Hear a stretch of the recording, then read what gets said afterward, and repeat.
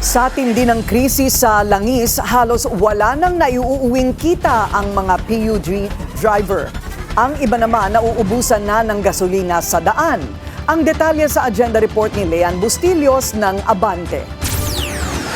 Viral ngayon ang isang taxi driver na mano-manong itinulak ang kanyang sasakyan matapos maubusan ng gasolina sa kahabaan ng Calao, Maynila bandang alas 8 ng umaga kahapon.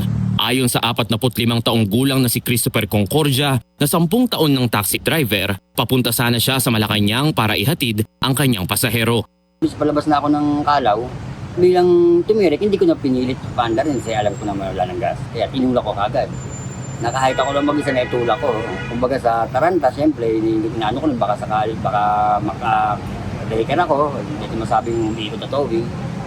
Kaya naitulak ko ng mag-isa yung sakyan. At mabuti may tumulong sa aking pulis, na police woman. Matapos makapagpakarga, naihatid na rin niya ang pasahero sa destinasyon. Pero nagpasya na lang muna siyang tumigil sa pamamasada at umuwi sa garahe sa araw na yon. Kwento ni Christopher, nagpakarga siya ng 1,500 pesos na halaga ng gasolina noong gabi, pero kahit matapos ang higit 3 oras na biyahe noong umaga ay wala pa rin siyang kinita. At kung dati raw ay mahina na ang 1,000 pesos na malinis na kita sa isang araw, ngayon ay halos wala nang natitira kahit magdamag pa siyang bumiyahe. Umaasa ngayon si Christopher sa ilang programa ng gobyerno. Sa kasalukuyan, patuloy ang kanyang koordinasyon kasamang operator sa pagkuha ng fuel subsidy mula sa Department of Transportation. Nananawagan din siya ng pag-unawa sa mga pasahero. Hindi na nga ako nanghihingi ng nagpipresyo eh.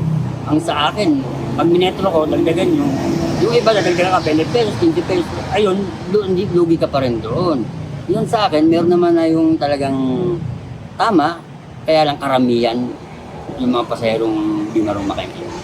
Umaasa rin si Christopher na maisama sa service contracting program ng gobyerno ang mga tulad nilang taxi driver. Para sa agenda, Lean Bustillos, Abante. Manatiling nakatutok sa Bilyonaryo News Channel. Sumubaybay sa aming social media accounts at mag-subscribe sa aming YouTube channel para sa mga bago at eksklusibong balita.